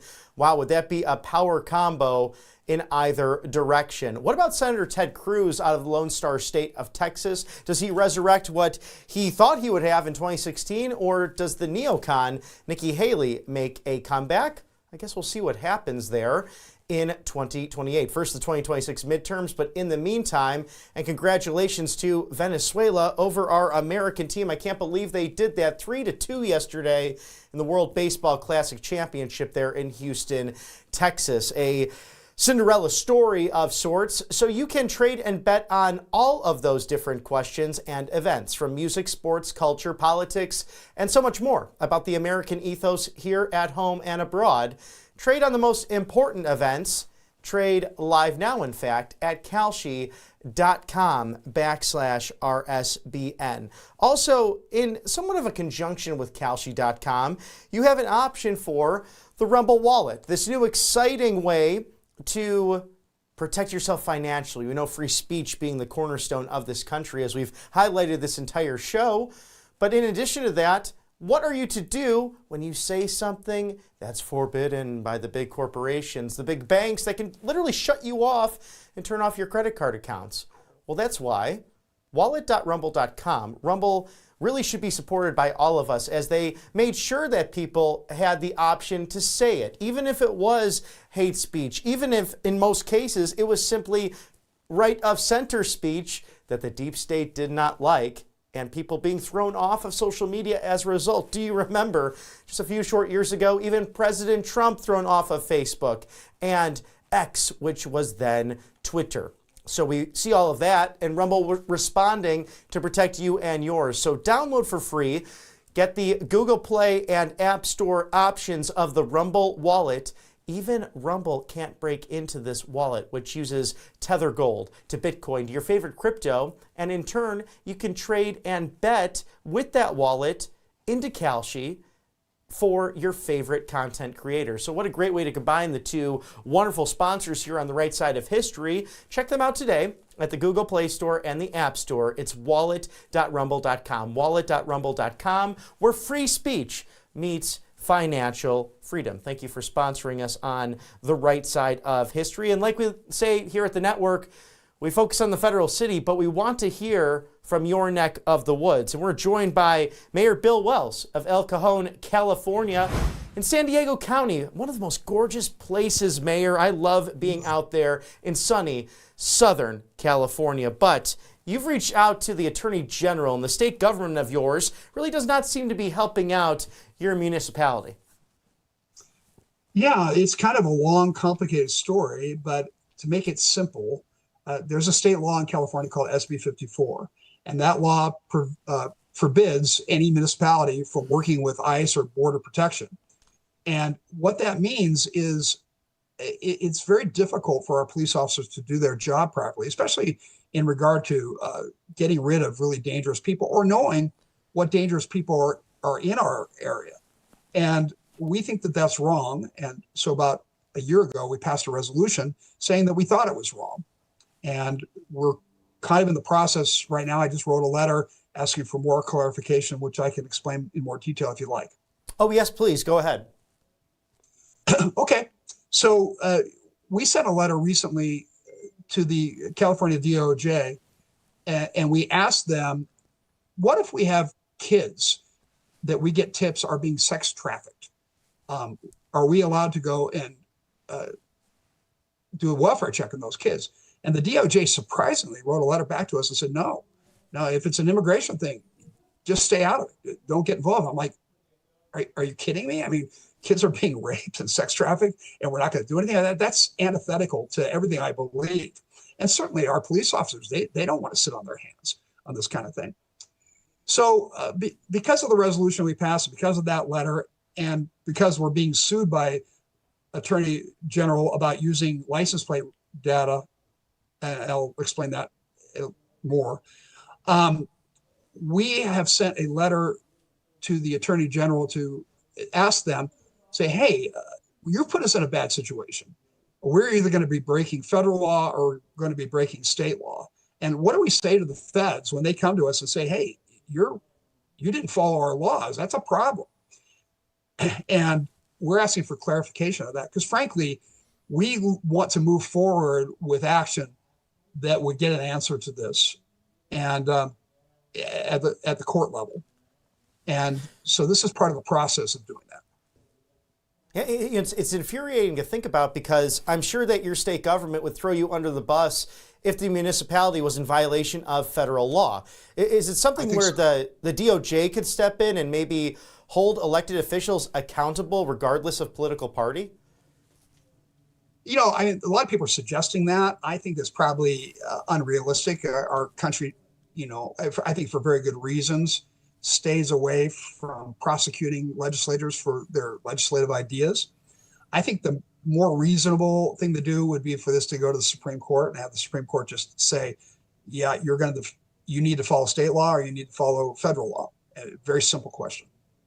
And my concern is this, though. It's that lawfare question. Are they actually violating federal law? Do they know they're doing that, whether it's the governor's office with Gavin Newsom and many of the policies he put into place to the Attorney General's office in California? Well, they're absolutely violating federal law. There is a provision in law that says that anybody who aids or abets an illegal alien or helps them in any way is violating federal law. I mean, not only do we protect them, but we give them welfare money, we give them health care money, we give them college tuition assistance, we give them legal assistance. These are all violations of federal law. So I believe that it is my belief that the federal court, the Supreme Court, if it ever got to them, they would say yes, California's in violation of those things. Now, please dive deeper, Mr. Mayor, where it stands right now. Have you received correspondence back from the Attorney General's office? Well, we've been in touch with them several times. On this particular letter that I sent the other day, no, it just went out yesterday. My guess would be that they're not going to respond. And you've had somewhat of a homelessness crisis in San Diego County. How is that affecting your municipality of El Cajon? Oh, well, the homeless crisis is just awful. California has most of the homeless people that are in the country are in California. We have 188,000 homeless people on the streets of California. And the laws in California make it almost impossible for guys like me who run smaller cities to do anything about it. Every time we try to do any kind of action that would make it better for the citizens and frankly make it better for the people who are dying in their addictions on the side of the road, the state comes in and said, nah, can't do that, can't do that, can't do that. They threaten us with lawsuits. Frankly, I used to think that it was a stupidity thing or maybe ignorance because I'm a doctor of psychology and I've worked with the homeless people all my life. But I have come to the conclusion now that it's a financial situation, that California created this crisis so that they could create a cash cow for NGOs that would then give money back to keep them in office perpetually. Remember, we spent at the low end $25 billion in the past 10 years on this. And my research tells me it's probably more like $50 billion. Dear God, it's amazing. At the very least, we know that the curtain's been pulled back, especially in the last decade, whether it's municipalities, state government, especially in California, but also the fraud, waste, and abuse that we've seen in Minnesota to even Washington, D.C. How can your citizens stand up, Mr. Mayor, for good governance? And how can we from the outside also help to bring back the Golden State to the glory it once was? I mean, middle-class Americans flocked there once, Hollywood to tech, and now all of those places, those great themes and the mighty West Coast, they're leaving to go elsewhere for greener pastures. Well, I was born here in San Diego in the 60s. I hate to tell you how old I am, but I've seen it in the 60s, 70s, 80s, 90s, 2000s. And when people tell me that these kind of problems are just going to happen, homelessness is just going to happen, I don't believe that, because I lived for decades and decades where it wasn't acceptable. California has made a decision to make homelessness acceptable, and they're making a decision to make it a refugee place for illegal aliens that commit all the crimes that we see around the country: rape, murder, drunk driving, theft. Everything you're seeing that's happening from illegal aliens is happening in California as well. So California basically says, we don't care about the citizens. We have this ideology, this narrative that we're going to defend no matter what. And if that means that some of you get killed, yeah, so be it. If that means you can't go to the CVS without crawling all over homeless people, yeah, well, that's tough. They don't care. So I've come to the conclusion, though, that the only people that really have the power are not the elected officials. It's the people that keep those elected officials employed. If enough people get on their computer every day and write letters to their mayor, their city council, their county supervisor, their local assemblyman, their local state senator, and say, there's enough of us that I'm committed, it's going to make it my life's goal to make sure that you're thrown out of office, I think things can and will change. But I have not seen, especially in a state like California, where it's predominantly left-wing, when I get up and I shake my fist and I yell about things, they just laugh at me and ignore me. But when I engage people to get involved, they take that seriously. So that's the only thing I think that works. That and the fact that I think the federal government has some levers that they can pull, mostly financial. I told the Trump administration, if you want to clean up homeless, stop giving any money for health and human services. Stop giving any money for housing. Just cut it off until they clean it up. When it comes to illegal alien, I think you cut off money to the state of California. You say, we're going to impose financial restrictions on you, tariffs. We're going to embargo you, and we're not going to give you any of our money until you fix this problem.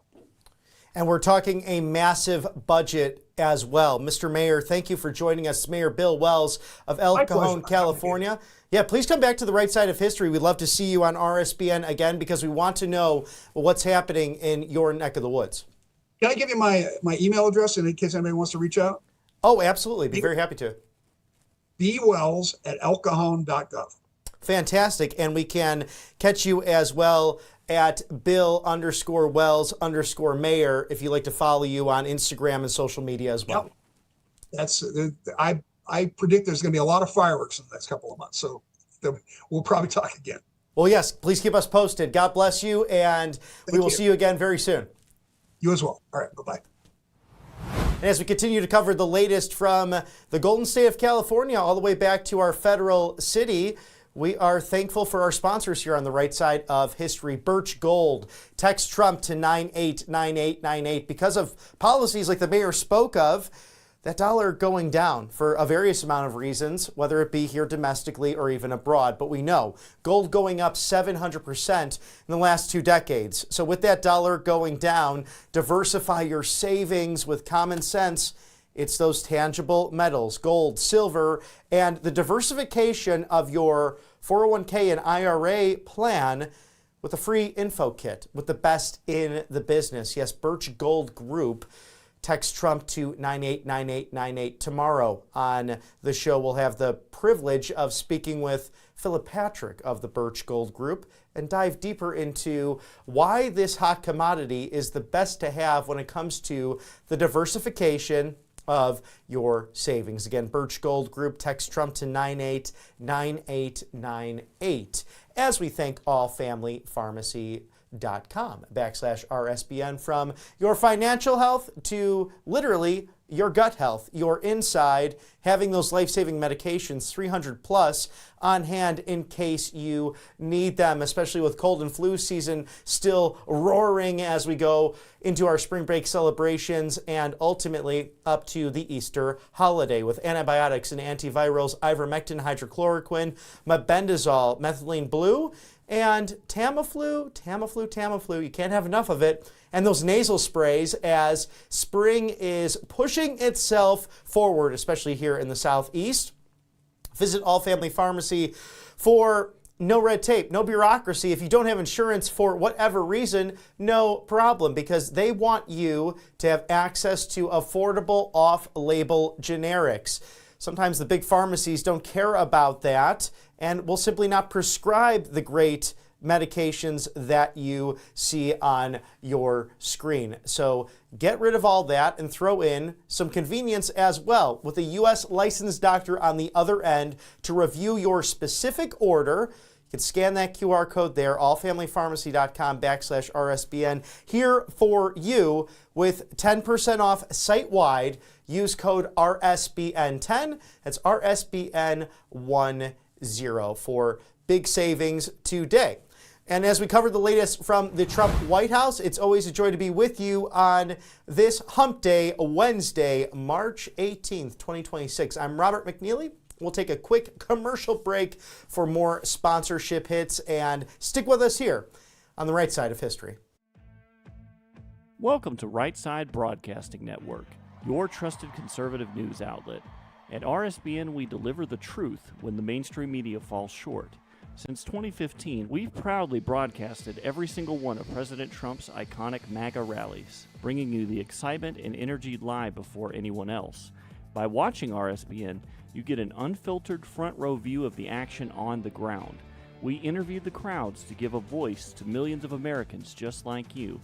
We show you President Trump's speeches in their entirety, free from interruptions and censorship. We cover the stories that matter to you with the integrity and passion you deserve. Thank you for choosing RSBN as your home for America First News. Together, we stand strong, united, and informed. So join us and be part of the right side of history. Hey y'all, it's Silk from Diamond and Silk Chit Chat Live. Look, don't forget to watch my show right here at Right Side Broadcasting Network, and I want you to support Right Side Broadcasting Network. It's imperative that you do so, okay? Bye-bye.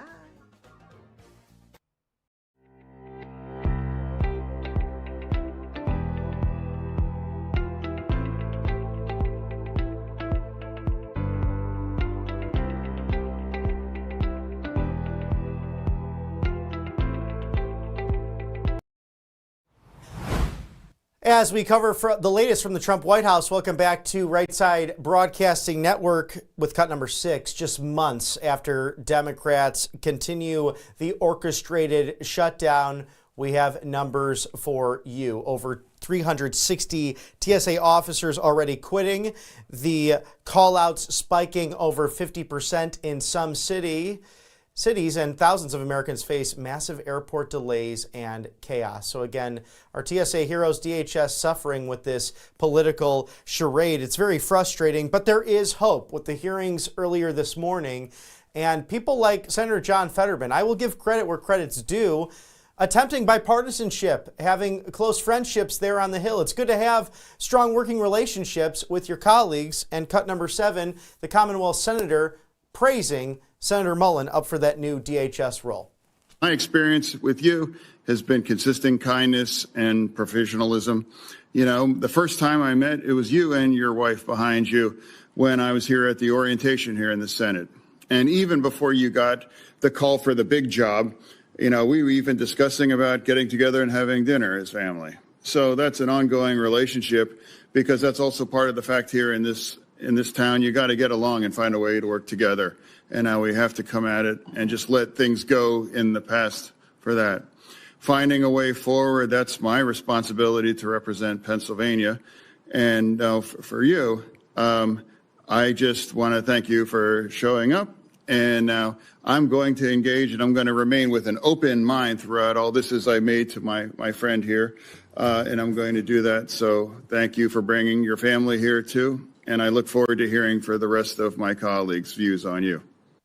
My favorite Democrat in D.C. And you know what's fun about it too, even though I love a suit and tie, a little bit refreshing to see a U.S. Senator show up in a Carhartt hoodie, because he's wanting to represent the people, and that's him. It's authentic, and you can respect it. Senator Joni Ernst, who will be leaving the Senate at the end of the year, also giving large praise to Senator Mullen, as he is President Trump's nominee to be the next DHS secretary with cut number 8.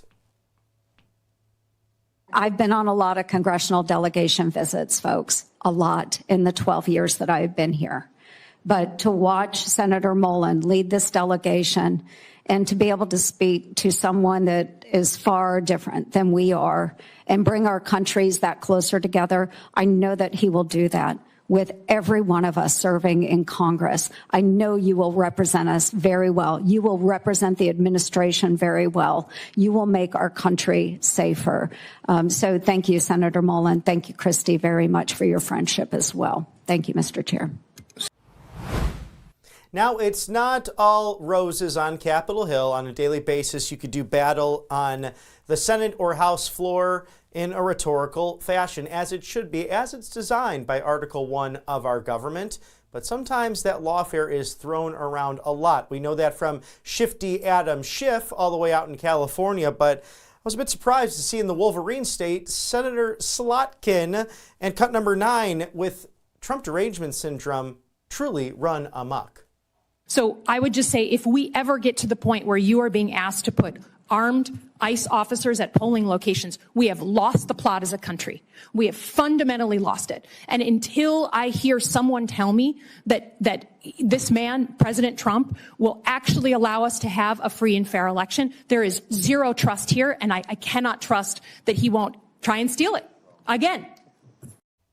And to this point of ICE agents allegedly being at polling locations, if you have the receipts, if you have video evidence or photos, please feel free to share feedback at rsbn.tv. And I'm reaching out especially to my Democrat friends that are alleging this, because Democrat County Clerk Jean Kazmarek, who lost her reelection bid yesterday in the Illinois primary against Paula Deacon Garcia, a fellow Democrat, made this claim that she banned all ICE agents from polling locations, even if they were there. Again, federal jurisdiction over this municipal action, but I guess that would ultimately end up in court. So you have to go to the experts. Where does the CIA stand on all of this?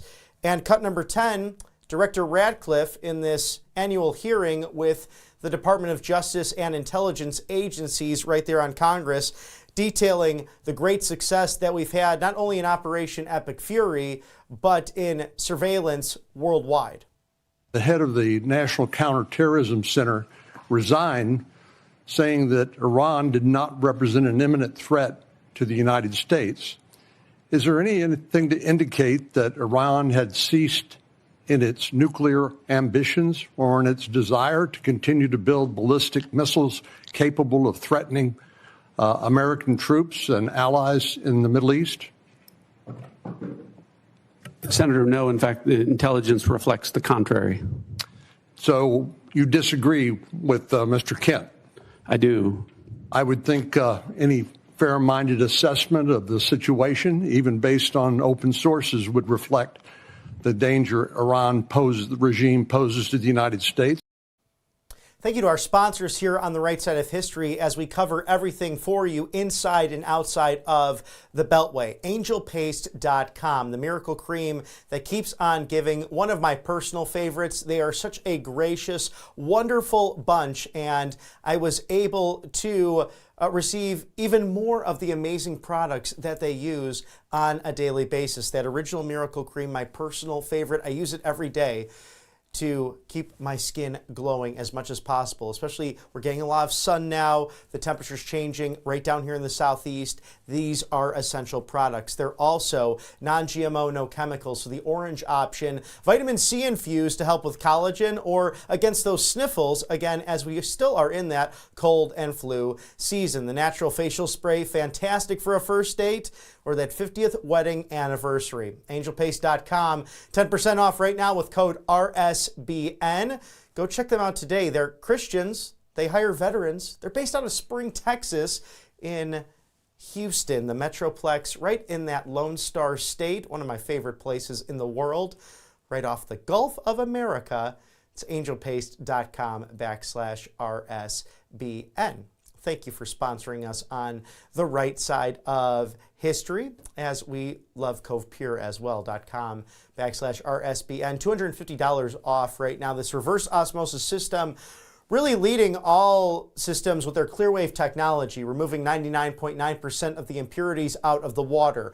These are BPAs to microplastics, fluoride, agricultural runoff, pesticides, and also medical waste, as gross as that can be. You want to have clear, delicious, pure drinking water. Protect what matters most. And two very good things that you might not know about. If you're renting, you do not need to hook this up to another system via drills and holes and different connection lines. What you see is what you get there. It's like a coffee maker right on the top of your kitchen counter. Nice and easy and accessible. In addition to this, the hot water, the cold water, the lukewarm water, whatever temperature you prefer, will come out fast. So if you like tea and you have to wait to steep your tea, makes your morning a bit more stressful as you're trying to get out that door, covepure.com/RSBN has all of those issues handled, as you can see right there with the model showcasing that. $250 off right now,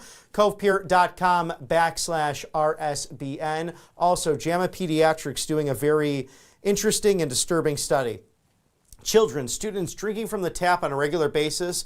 God knows during the summertime, I know how my nieces goof around and try to drink out of the hose in the backyard. It's terrible when that happens because if it's done on a regular basis, they can lose up to 2 points or more of their IQ. We know what happened with all that COVID learning loss.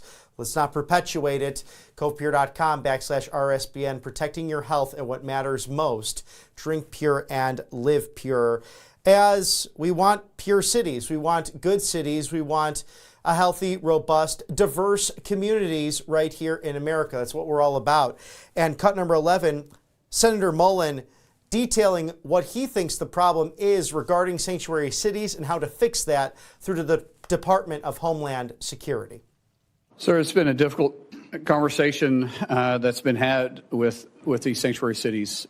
As I said, going on, we don't get to choose which laws we enforce. As elected officials, you shouldn't choose which laws you enforce. We're not asking them to go out there and enforce immigration. We're just saying be good partners with us. If we've got to serve judicial warrants, let us go serve the judicial warrants. If you pull over somebody that's wanted, that's in the country illegally, and it's a municipality, we're saying just hold them. At least let us do a background check on them and see who they are. And working with the municipalities are going to be vitally important, but also you've got to take a look at if they're not willing to enforce federal law and work with us, then where's the taxpayer dollars going to?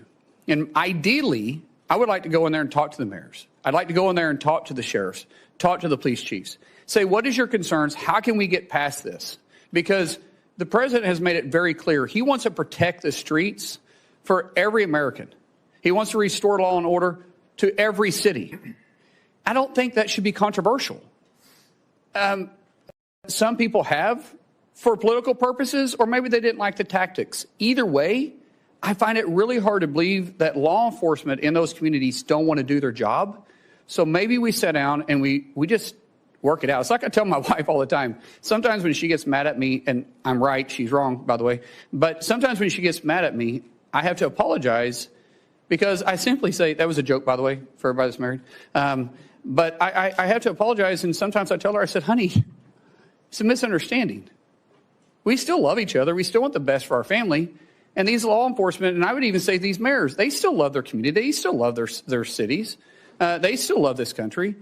So maybe it's a misunderstanding we can work by. And I'm going to start with that. That's what I'm going to start with. If we have to do something different, then we will, but that's where I'm going to start at. It's a misunderstanding, but we're going to force the nation laws and make sure we protect everybody in their city and hopefully work with them and never work against them.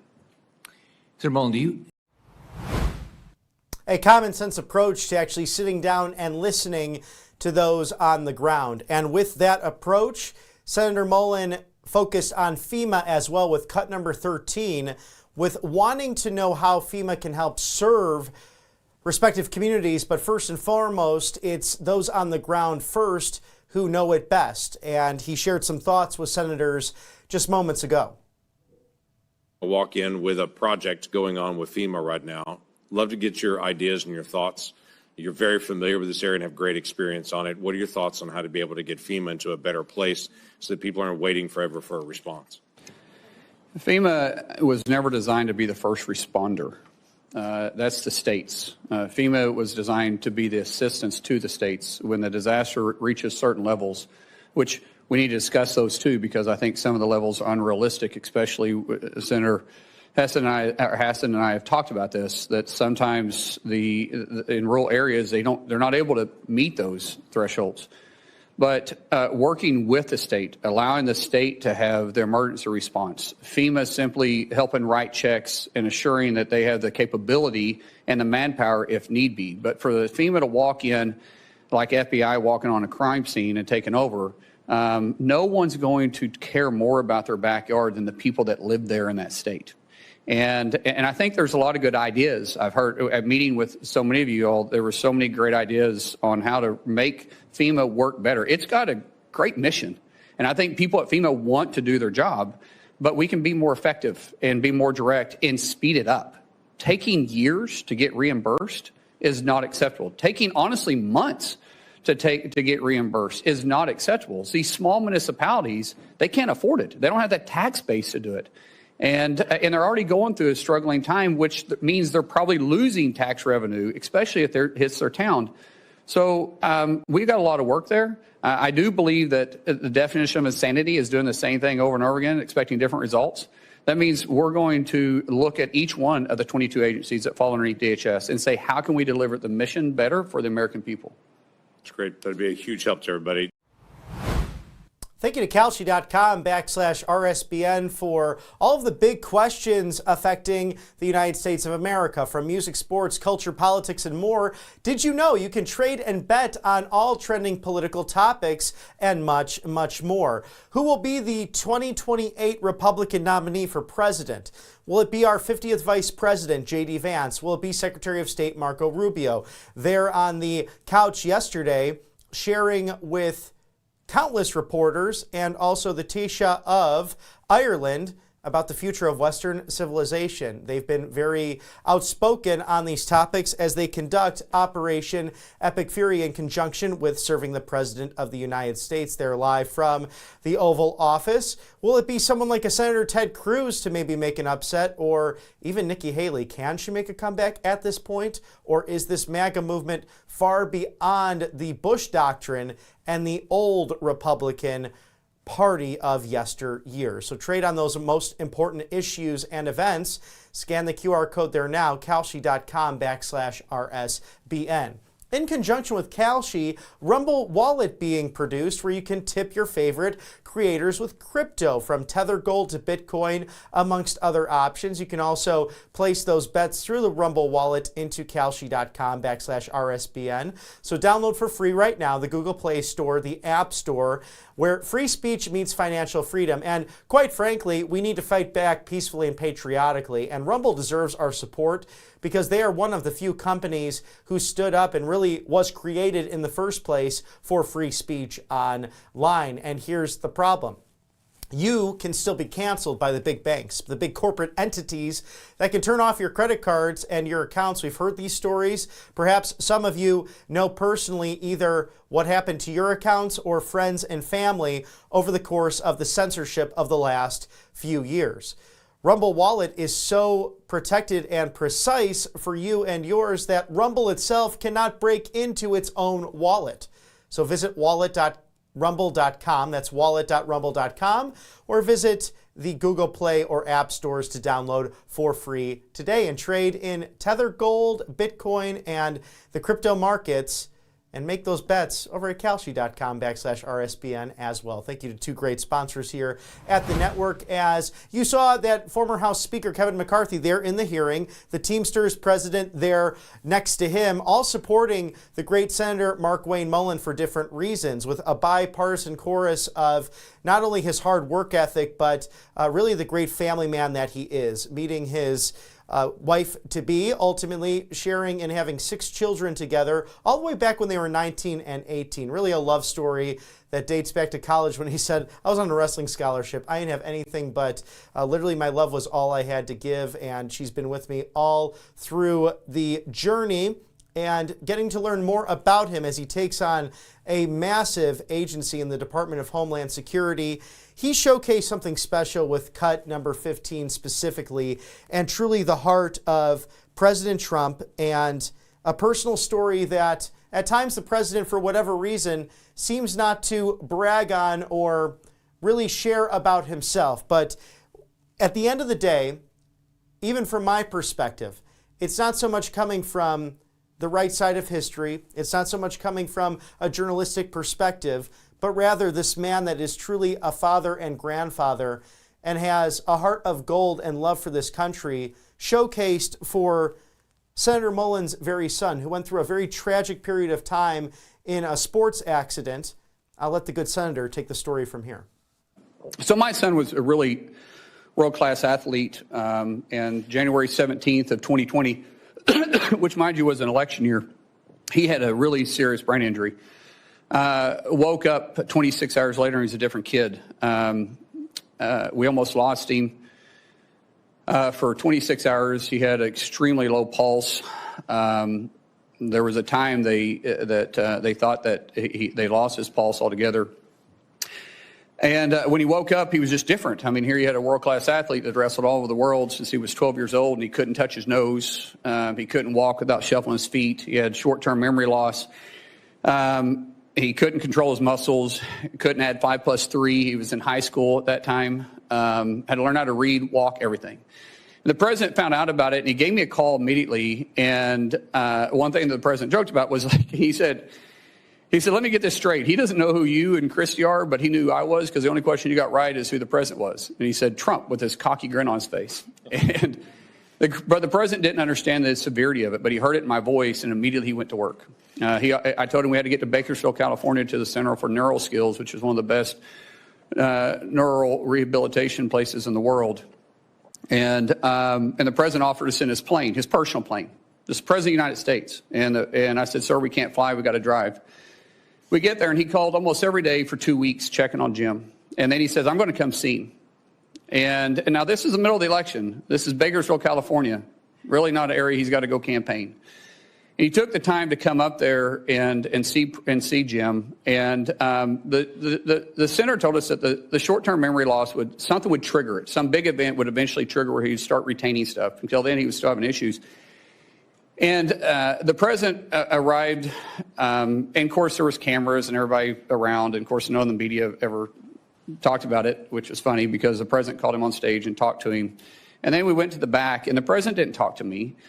He didn't know I was in, he didn't care if I was in the room. Here's a guy that's been over, and his tie is about as long as my son, because my son's, it stunted his growth, and so he's 5'3" the rest of his life. And his team came to him twice and said, sir, we got to go, we got to go. On the third time they came over to him, he looked at him and he says, hey, I guarantee you that plane won't leave without me. And for the next 15 minutes, he did nothing but love on my son.